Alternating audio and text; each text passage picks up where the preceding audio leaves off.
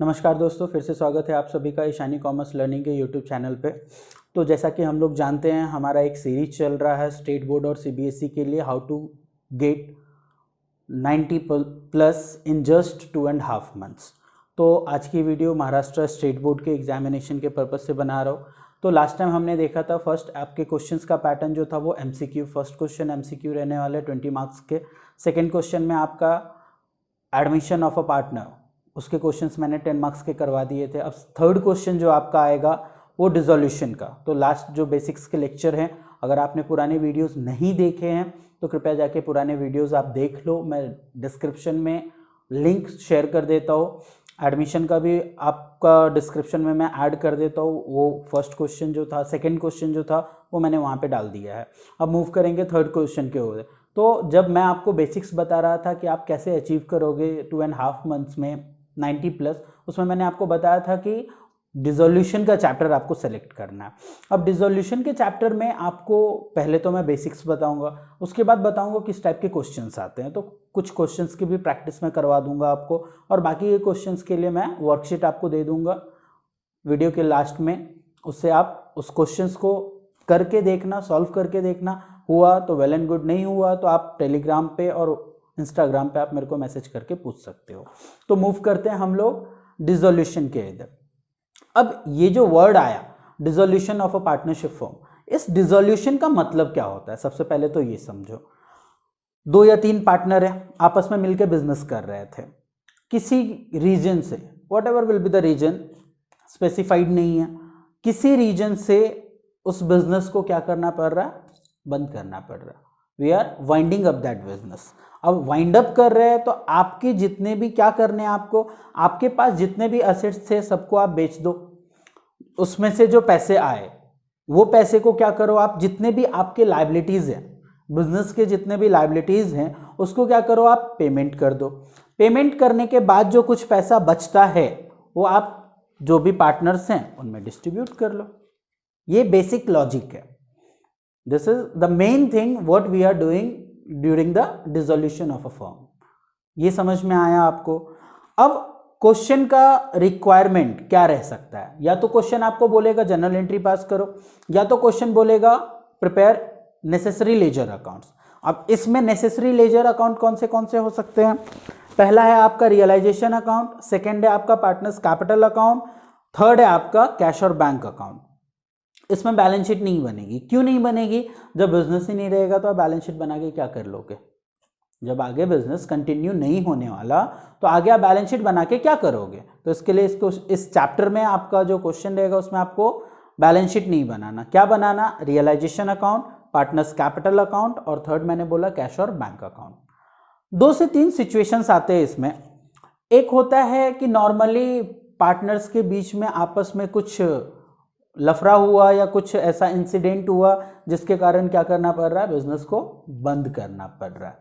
तो जब बंद करते हैं तो इस रीजन से अगर बंद किया तो आपके पास सफिशिएंट पैसे हैं, बिजनेस अच्छा चल रहा था, आपने बंद कर दिया, जो भी पैसे थे वो आपने डिस्ट्रीब्यूट कर दिए। ठीक है, ये पहला सिचुएशन था। सेकेंड सिचुएशन क्या होता है? 2 या 3 पार्टनर है, उसमें से कोई भी एक पार्टनर आपका इंसॉल्वेंट डिक्लेयर हो जाता।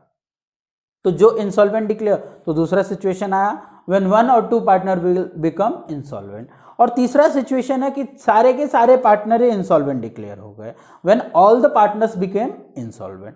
तो इस 3 सिचुएशन के बेसिस पे आपको क्वेश्चंस आएंगे। इस तीनों सिचुएशन के बेसिस पे मैं आपको क्वेश्चंस बताऊंगा 1 by 1। तो सिचुएशन मैंने आपको बता दिया। और होता क्या है डिसोल्यूशन में? बिजनेस बंद करना है, जितना भी असेट्स है बेच दो, पैसा आया, लाइबिलिटीज को पहले पे कर दो, जो बचा खुचा अमाउंट है वो पार्टनर्स लेके जाएंगे। अब इसके लिए मैं सबसे पहले आपको कुछ जर्नल एंट्रीज दे रहा हूं, ध्यान से आप पहले नोट्स बना लो, उस नोट्स में ये जर्नल एंट्रीज लिख लो, फिर हम लोग मूव करेंगे आगे सम्स के ऊपर। तो इसमें सबसे पहली जो एंट्री है वो होगी, अब आपको क्या करना है, असेट्स बेचना है।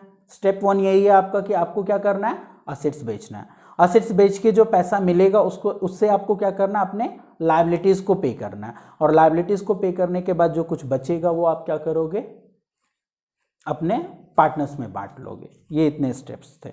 अब मैं एक सिंपल सा आपको क्वेश्चन पूछ रहा हूं। फॉर एग्जाम्पल आपको अपना घर बेचना है, फॉर एग्जाम्पल आपको अपना घर बेचना है। आप डायरेक्टली घर बेच लोगे, पॉसिबल है, या उसके लिए किसी की जरूरत पड़ेगी? घर बेचने के लिए किसी की जरूरत पड़ती है या आप डायरेक्टली बेच लेते हो?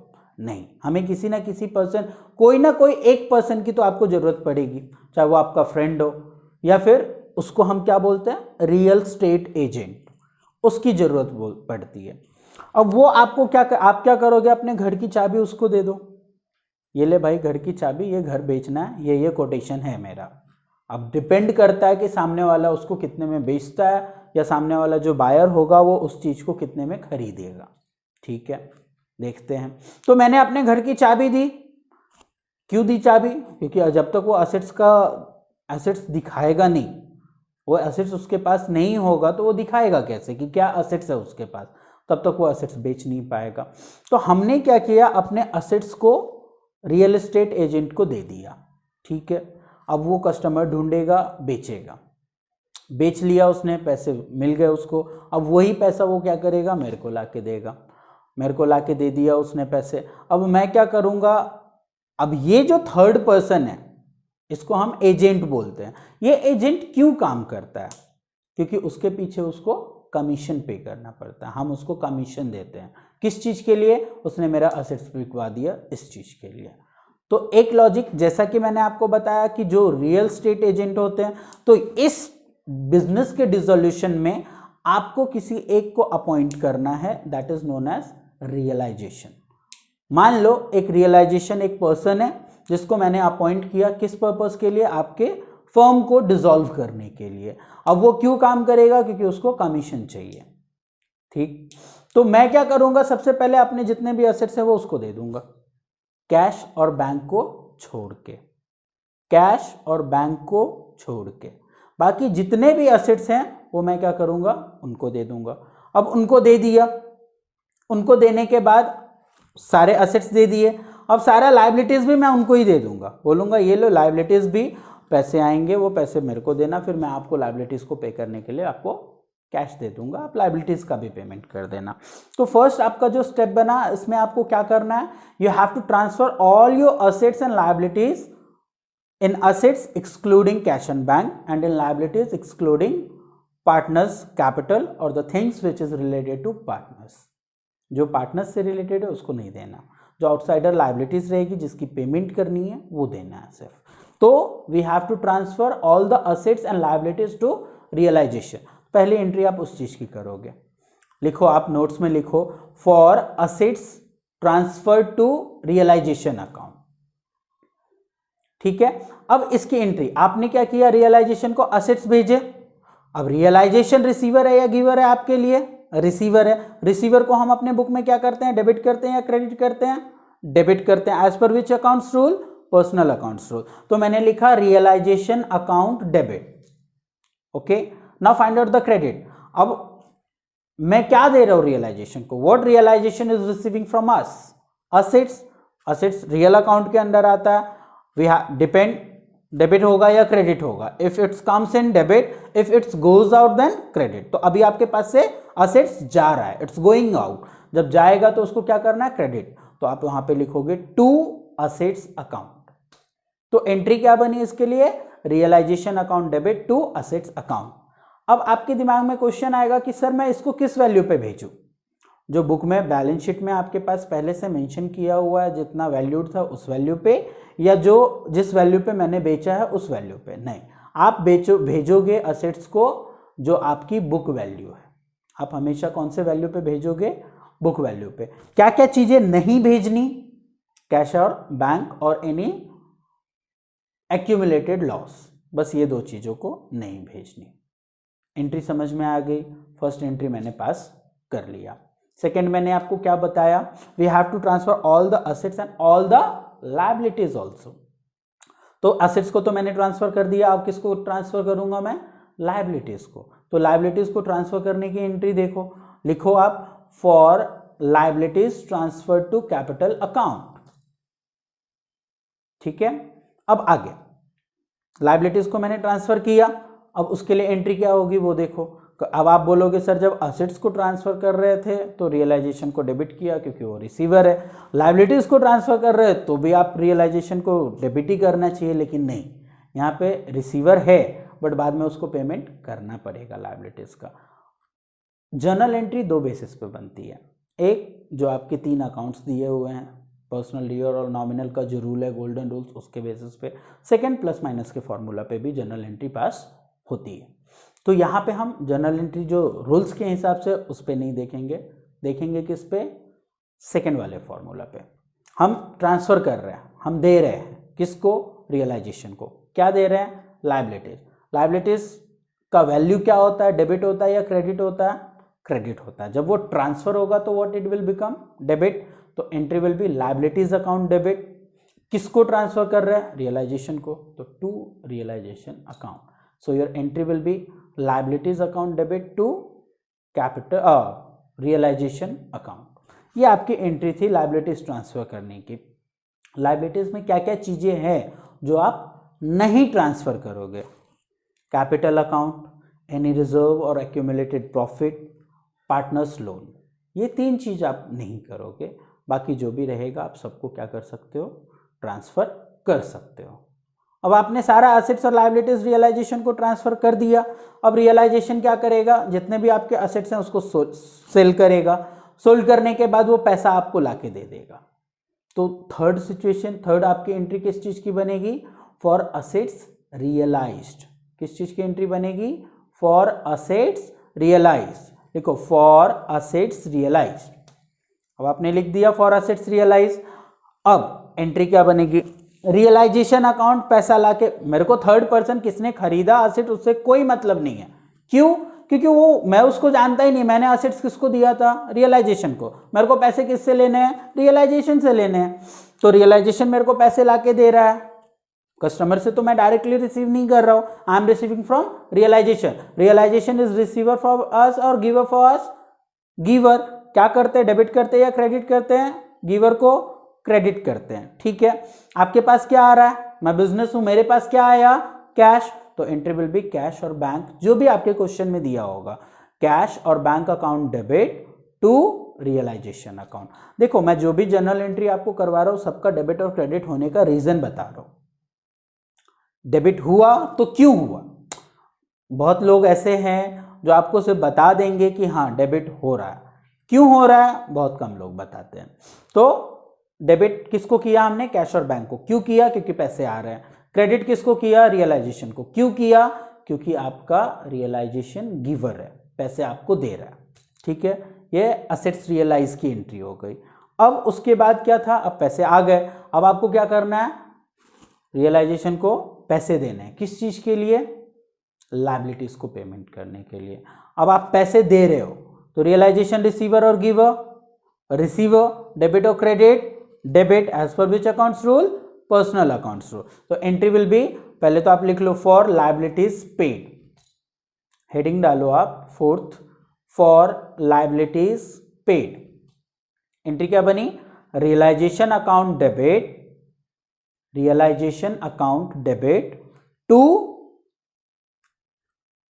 लायबिलिटीज। नहीं, हम पेमेंट कर रहे हैं, हम कैश में पैसे दे रहे हैं। किसको?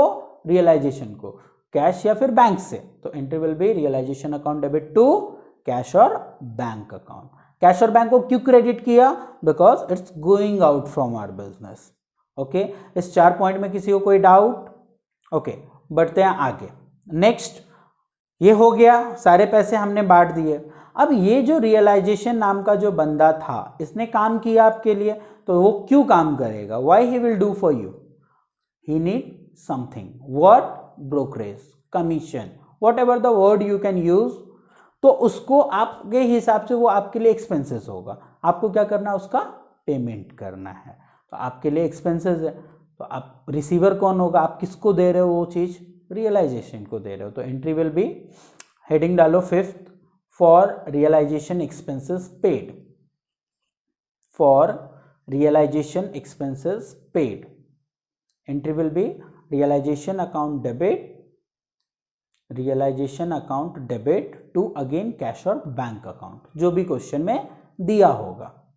realization account debit to cash और बैंक अकाउंट, ये हो गया. अब इसके बाद देखो रियलाइजेशन का एक्सपेंसेस एक तो आप फर्म पे करेगी, दूसरा क्या होता है कभी कभी सिचुएशन आता है कि partner is paying the realisation expenses. तो आप 4 हो गया, 5th हो गया, 6th पॉइंट में डालो realisation expenses paid by partner. कोई पार्टनर भी पे कर सकता है. अब उस सिचुएशन में एंट्री क्या बनेगी, पार्टनर ने पे कर दिया तो पैसे तो मिले, किसको मिले, रियलाइजेशन को. तो entry will be realisation account debit because realisation is a receiver. क्या आपके पास है, मैं कौन हूं, बिजनेस या फिर ओनर, बिजनेस. पार्टनर भी नहीं, ओनर भी नहीं, मैं सिर्फ बिजनेस हूं. क्या मेरे पास से पैसे गए, नहीं.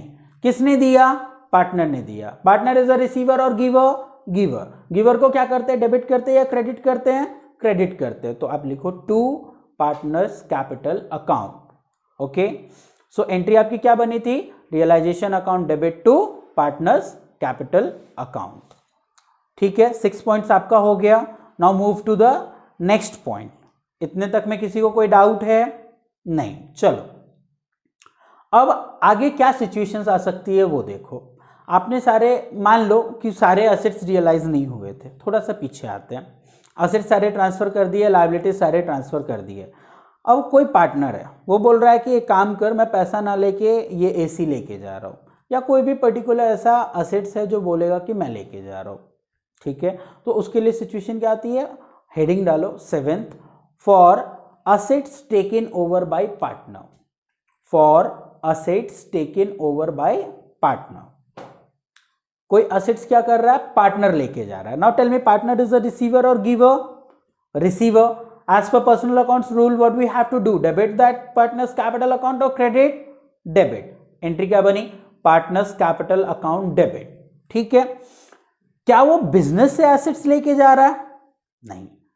क्यों, क्योंकि बिजनेस ने सारा एसेट्स क्या किया था, किसको दिया, रियलाइजेशन को. अब पार्टनर्स को अगर एसेट्स लेने हैं तो वो किससे लेगा, बिजनेस से लेगा या रियलाइजेशन से लेगा, रियलाइजेशन से लेगा. तो रियलाइजेशन उसके लिए क्या होगा, गिवर होगा. तो partners capital account debit to realisation account. ये एंट्री समझ में आई आपको. क्या था heading, for assets taken over by partner. ठीक है, अब अगर असेट्स कोई पार्टनर लेके जा सकता है तो कोई पार्टनर ऐसा भी होगा जो बोलेगा कि मैं कोई लायबिलिटीज पे कर देता हूं, तो पैसे मेरे को दे देना. हो सकता है, पॉसिबिलिटीज है. ठीक है, तो उसके लिए भी आप नेक्स्ट पॉइंट डालो, for liabilities paid by partner. Liabilities paid by partner. Entry क्या पास करेंगे इसके लिए. अब पार्टनर रिसीवर है या गिवर है, यहां पे वो चीज नहीं देखना. मैंने क्या बोला था आपको, जर्नल एंट्री 2 बेसिस पे होता है, एक गोल्डन रूल्स, दूसरा प्लस माइनस. अब अगर कोई पार्टनर पेमेंट कर रहा है, गिवर के बेसिस पे भी कर सकते हैं और रिसीवर के बेसिस पे भी कर सकते हैं. चलो ठीक है, इसको गोल्डन एंट्री के बेसिस पे ही करते हैं. तो पार्टनर इज रिसीवर और गिवर, वो पैसे देगा, ही विल बी गिवर. किसको देगा, रियलाइजेशन को. क्यों, क्योंकि सारे लायबिलिटीज किसके पास है, रियलाइजेशन के पास. तो अपोजिट एंट्री पास करेंगे उसके लिए, realisation account debit. Why, because he is a receiver to partners capital account. Capital और current, when fixed instalment method या fixed method is given, fixed capital method is given, then current account we have to use. If fluctuating capital method is given, then fluctuating capital, then capital account we have to use. ठीक है, आप entry क्या पास करोगे इसके लिए. क्या था आपका पॉइंट, क्या चल रहा है, liabilities paid by partner. Entry will be realization account debit. Why, because realization is receiver to partners capital और current account. Okay, क्यों किया पार्टनर्स कैपिटल और करेंट को क्रेडिट, क्योंकि वो आपके लिए क्या है, गिवर है. ओके, अब आपका नेक्स्ट मूव करो. जो आपका बचा खुचा अब पैसा है, इससे ज़्यादा मोस्टली कुछ नहीं होता, जो बचा खुचा आपके पास पैसे है उसको आप क्या करोगे, जितने भी पार्टनर्स हैं उनमें बांट दो, और कुछ नहीं करना है इसमें। बाकी सारे चैप्टर्स में जो भी आपके पार्टनरशिप के क्वेश्चंस थे उसमें आपको बैलेंस शीट टैली करना था, इसमें बैलेंस शीट टैली नहीं करना, इसमें बैंक अकाउंट टैली करना रहता है। ओके, तो अब आप नेक्स्ट मूव करो, पॉइंट डालो आप, for amount paid to partners. कौन पे करेगा, बिजनेस पे करेगा, किसको, पार्टनर्स को। एंट्री क्या बनेगी, पार्टनर्स रिसीवर और giver, receiver, partners capital account debit to, पैसे कहां से जा रहे हैं, बिजनेस के पास से, तो टू कैश और bank account, partners capital account debit to cash और बैंक अकाउंट। ये हो गया। अब आते हैं कुछ ऐसी चीजें हैं जो मैं आपको बता रहा हूं अभी, जो आपके पहले से बैलेंस शीट में दी हुई है, जो पार्टनर ने अभी तक नहीं बांटा, like accumulated profit and accumulated loss. ये आपके पार्टनरशिप के जितने भी चैप्टर्स है, एडमिशन, रिटायरमेंट, डेथ, डिसोल्यूशन, ये सब में इफेक्ट करता है, और एंट्री सबकी सेम रहेगी। तो आप एडमिशन वाले चैप्टर से भी ये चीज देख सकते हो। प्रॉफिट, एक्यूमुलेटेड प्रॉफिट और loss we have to transfer to capital account. तो जो आपका, अगर right on the next point, for accumulated loss transfer to capital और current account, for accumulated loss transfer to capital और करेंट अकाउंट। एंट्री क्या बनेगी, loss था, loss means debit और क्रेडिट, डेबिट, ट्रांसफर कर रहे हैं, क्या बनेगा, क्रेडिट बनेगा या डेबिट बनेगा, क्रेडिट बनेगा। कहाँ ट्रांसफर कर रहे हैं, कैपिटल अकाउंट में, तो entry will B partners capital और current account debit to accumulated loss account.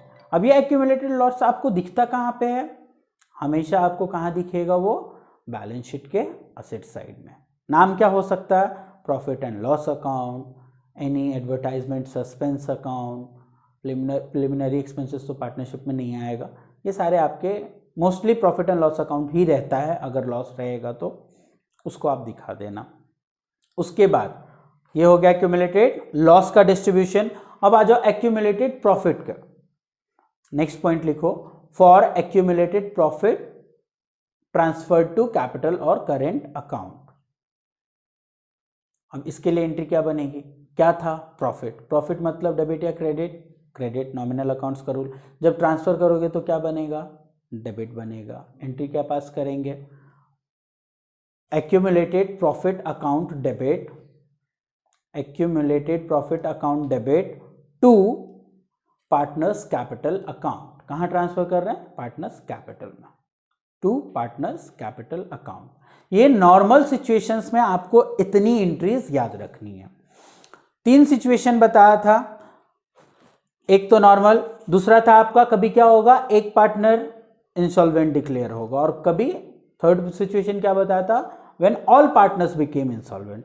तो सेकेंड वाले सिचुएशन में आते हैं, जब आपका एक पार्टनर इंसॉल्वेंट डिक्लेयर हो रहा है। तो जब एक पार्टनर इंसॉल्वेंट डिक्लेयर होगा तो उसका जो कैपिटल का जो बैलेंस आएगा, जो डिफरेंस आएगा, अब उसके पास पैसे नहीं है, जितना भी पैसा था उसने पे कर दिया। अब जो बैलेंसिंग फिगर जो आ रहा है वो जब मैं क्वेश्चन करवाऊंगा तो आपको अच्छे से समझ में आएगा, बस एंट्री आपके दिमाग में रखना।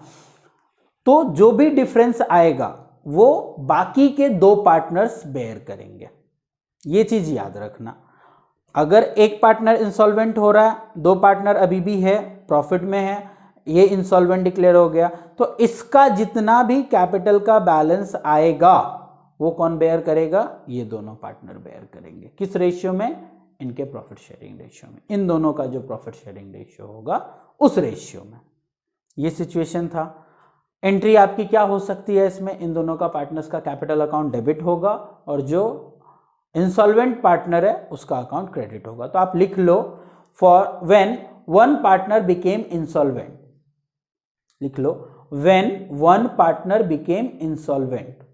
तो सिचुएशन में क्या होगा, एंट्री कंटिन्यू या फिर नॉन इंसॉल्वेंट पार्टनर्स कैपिटल और करेंट अकाउंट डेबिट, या फिर इसी को आप कंटिन्यूइंग पार्टनर, वैसे कंटिन्यूइंग पार्टनर नहीं बोल सकते क्योंकि बिजनेस ही बंद हो रहा है तो कंटिन्यूइंग क्यों बोलें, नॉन इंसॉल्वेंट पार्टनर्स कैपिटल और current account debit to insolvent partners capital और current account to insolvent partners capital और करेंट अकाउंट। कब? जब एक पार्टनर इंसॉल्वेंट हुआ। अब उसके बाद थर्ड सिचुएशन क्या था? When all partners became insolvent. जब भी कभी ऐसा सिचुएशन आए तो इस सिचुएशन में आपको क्या करना है? आपको लायबिलिटीज ट्रांसफर तो करनी है लेकिन उसका पेमेंट नहीं करना। आप लायबिलिटीज का पूरा पेमेंट नहीं करोगे, कभी नहीं। असेट्स आप रियलाइज कर लो, रियलाइजेशन को क्लोज कर लो। रियलाइजेशन को क्लोज नहीं भी किया तो आप असेट्स ट्रांसफर करो, लायबिलिटीज ट्रांसफर करो, असेट्स को रियलाइज करो, इतने पे आके रुक जाना। रुकने के बाद आपको क्या चेक करना है? सबसे पहले कि आपके पास पैसे कितने अवेलेबल हैं। First what we have to check, how much money is with us. मेरे पास पैसा कितना अवेलेबल है। मान लो आपके पास टोटल 1 लाख रुपीज अवेलेबल है। अब इस 1 लाख और आपका क्रेडिटर्स और बिल्स पेबल का अमाउंट 1,50,000 आ रहा है। अब क्या करोगे ऐसे सिचुएशंस में? अब ऐसे सिचुएशन में आप क्या करोगे? तो आपको कुछ नहीं करना, जितना पैसा है उतने से आप पेमेंट कर दो। जो बचेगा उसको आप क्या कर दोगे? डेफिशिएंसी बोलते हैं उसको। क्या बोलते हैं? डेफिशिएंसी। उसको आप डेफिशिएंसी दिखा दोगे। तो जब भी कभी ऑल पार्टनर्स इंसॉल्वेंट डिक्लेयर होगा तो उसमें एक्स्ट्रा लेजर्स बनाने पड़ेंगे आपको। जब क्वेश्चन का रिक्वायरमेंट नेसेसरी लेजर रहेगा तो एक्स्ट्रा लेजर्स बनाने पड़ेंगे। जितनी भी लायबिलिटीज है आउटसाइडर की उनकी अकाउंट्स बनाने हैं और एक डेफिशिएंसी की अकाउंट बनेगी। टैली होगा, होना ही है, क्वेश्चन सॉल्व भी होगा। एक्स्ट्रा क्या बनेगा? 2 या 3 अकाउंट। एक तो लायबिलिटीज की अकाउंट बनेगी और दूसरा डेफिशिएंसी की अकाउंट बनानी है आपको। ठीक है, तो उसमें क्या करना है? असेट्स ट्रांसफर कर दिया, लायबिलिटीज ट्रांसफर कर दिया, असेट्स रियलाइज कर लिया। Now what we have to do, we have to check how much cash is available with us. After that देखना है कि कम अमाउंट वाला लायबिलिटीज कौन सा है। तो पहले कम अमाउंट वाले को पे करो। जिसका हेवी अमाउंट है उसको कम पेमेंट होगा। सपोज क्रेडिटर्स का था, क्रेडिटर्स का 80,000 बैलेंस था मान के चलो, और बिल्स पेबल का 70 था, तो 70 कम था तो उसको मैंने पूरा दे दिया। अब बचा कितना मेरे पास? 30। 1 लाख की अमाउंट अवेलेबल था और 1,50,000 के क्रेडिटर टोटल लायबिलिटीज थे, तो 50,000 एक्स्ट्रा बच रहा है। ये एक्सेस हो गया, डेफिशिएंसी में आ गए हम लोग। तो अब उस सिचुएशन में 70 में से 70 आपने पे कर दिया किसको? बिल्स पेबल को। अब बचा कितना? 30,000। उसको आप क्या करोगे? किसको दोगे? क्रेडिटर्स को। क्रेडिटर्स का था कितना? 80,000। 80 में से 30 मिला इसको, बाकी का 50 डेफिशिएंसी। तो आप वहां पे क्रेडिटर्स के अकाउंट में क्रेडिट साइड में आपने डाला बाय बैलेंस BD 80,000, 2 कैश और बैंक 30 एंड 2 डेफिशिएंसी 50। खत्म। अब यही 50 पार्टनर्स कैपिटल में चला आएगा।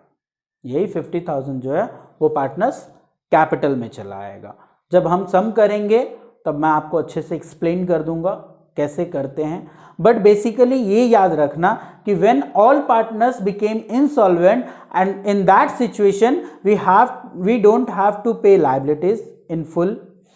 What things we have to do? We have to transfer assets and liabilities to realization. Assets realize, then first we will check how much cash is available with us. Then according to that we have to pay the liabilities, and then we will find out the deficiency. Then we will close it all the accounts. Okay, तो ये थे आपके dissolution के main basics, entries और situations. Next video में मैं आपको बताऊंगा इसके बेसिस पे क्वेश्चंस, किस किस टाइप के क्वेश्चंस रहेंगे वो भी आप समझ लो. क्वेश्चंस में मैं एक तो आपको नॉर्मल वाला क्वेश्चन बता दूंगा कैसे करते हैं. उसके बाद ये 3 जो सिचुएशंस हैं, ये तीनों सिचुएशंस के बेसिस पे आपको एक एक क्वेश्चंस मैं करवाऊंगा, और मे भी एक या दो क्वेश्चंस मैं आपको होमवर्क में दूंगा. वर्कशीट में आपको अपलोड कर देता हूँ वीडियो के बाद, अभी नहीं, नेक्स्ट वीडियो जब आपके सम्स में करवा दूंगा उस टाइम पे मैं वर्कशीट अपलोड कर दूंगा. उसके बेसिस पे आप क्या करना, सम सॉल्व कर लेना. सम सॉल्व करने के बाद अगर आपको फॉर एग्जांपल कुछ डाउट आता है, टेलीग्राम और इंस्टाग्राम पे आप डायरेक्टली मेरे को मैसेज कर लो, मैं उस पर आपको उसका सोल्यूशन दे दूंगा. साथ ही में अगर आप इस चैनल पे नए हो तो प्लीज़ चैनल को सब्सक्राइब करो और बेल आइकन दबाना मत भूलना।